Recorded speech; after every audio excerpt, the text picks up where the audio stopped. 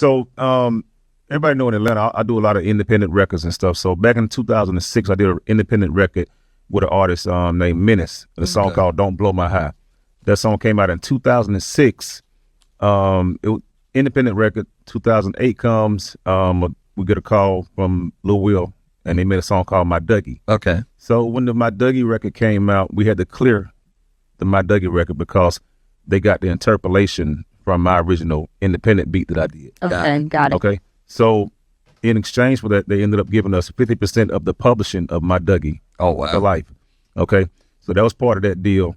2008, at the end of 2008, Plies comes out with me and my goons. I knew Plies, so I thought we had a cool relationship. So I didn't really trip on it like that. You know, go ahead and get your money. Right.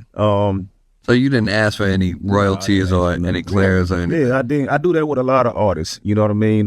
But you allowed him to use the beat? No, I didn't allow him to use it. I just didn't go at him. Because when you do, you know, when you write songs, you can go at somebody and file intellectual property, copyright infringement lawsuits. But he put the record out. 2010 comes, Soulja Boy, Pretty Boy, Swag comes with the same melody. So people need to understand a sample and an interpolation is two different things. A sample is when you sample the master recording. Okay. Interpolation is if I go in the studio and remake a beat that sounds like Billie Jean by Michael Jackson. Like if you just make it to sound the same Make way. it sound like that. So at that point, when you do an interpolation, as a producer, you should know that you have to go and get a clearance from the original composer. So that's what happened with this record. Skip Through the Chase. Pretty Boy Swag comes out. They give us a percentage of the publishing because they did the same thing with one of my original beats. Okay. So 2024 comes. CMG and Gotti and Glorilla's camp reach out. We clear the record, and I own a percentage of that record also, the new record. The kid ownership, right? All the records. Yeah, no. Nitti eats. Money. I mean, I love it. It's smart. It's a smart move, though. Yeah, that's the business. But you know, me, Gorilla, and Gotti team, everybody's good. So when we heard about this new lawsuit, you know, everybody's looking like, where this dude come from? You know what I mean? So me, you know, my attorney called. He said, hey, how can someone, you know, try to go at someone when they don't even have original music on the song they're trying to claim a lawsuit for? So with me, you know, I studied the business before I even got into the business.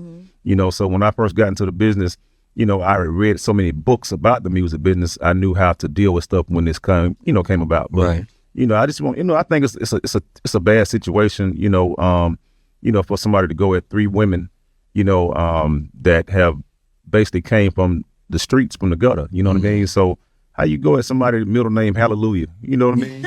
He's going at the Soulja Boy too. I mean, yeah, that's because whoever the producer is, he don't understand the business of, you can't sue someone for something that you didn't create. Right. You know what I mean? So maybe it's a situation to where the producer didn't tell him, hey, I got this melody from one of Nitty's songs. You know what I mean? So I think the producer probably done put that boy in a blender.